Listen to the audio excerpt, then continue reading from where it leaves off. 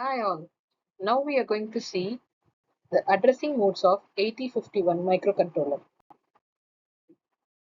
Basically, we know the addressing modes are nothing but it is the various formats of specifying the operands.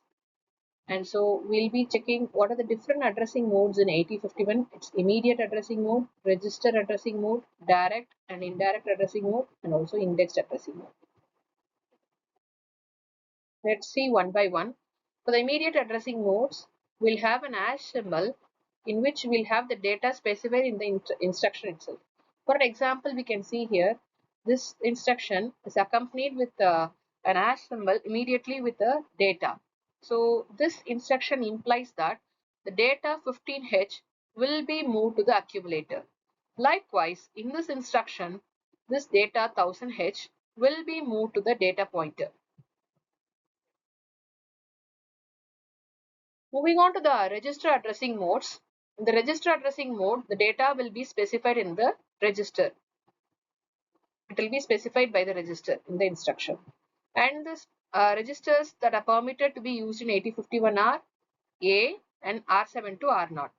So here we can use move A, R2, which implies that the data in the register R2 will be moved to the A.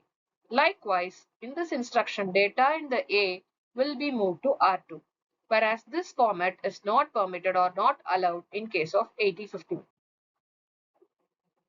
Third one is the direct addressing mode.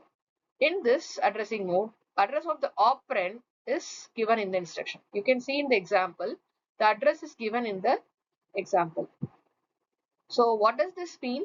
We have 35H, it is not a data. If and only if we have a hash symbol present here, that represents the immediate data which will be moved to accumulator, what we saw in the first type. Whereas here, this 35H is representing an address where the data will be available in this address and that data will be moved to the A.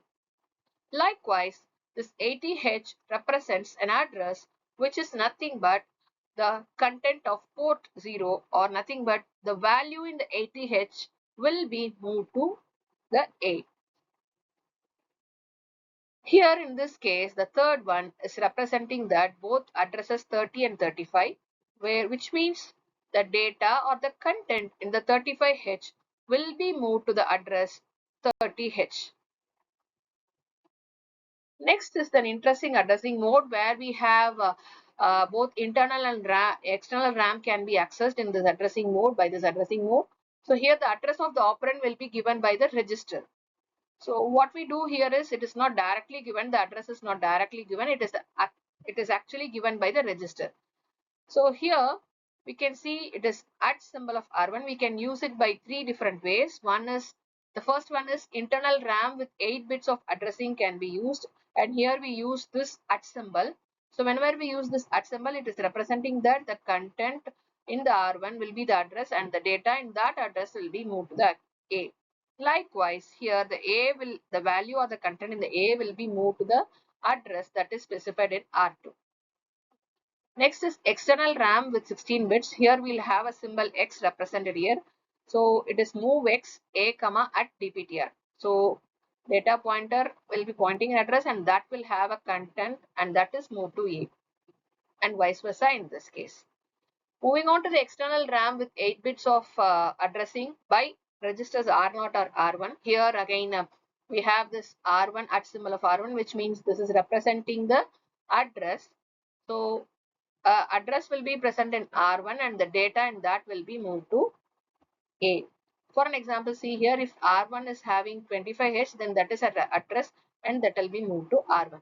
Likewise, if in this case, if here R0 is 35H, then it is actually the address 0035H. We'll move to the next addressing mode, index addressing mode. This addressing mode is used to access the data from the code memory, which is nothing but internal and external ROM. And this is accompanied or this is represented by the symbol C. Whenever we use this, it is representing the code memory. So here we move the content of A plus DPTR to the A. And here again A plus program counter, it is the address and that is moved to the A. Thank you.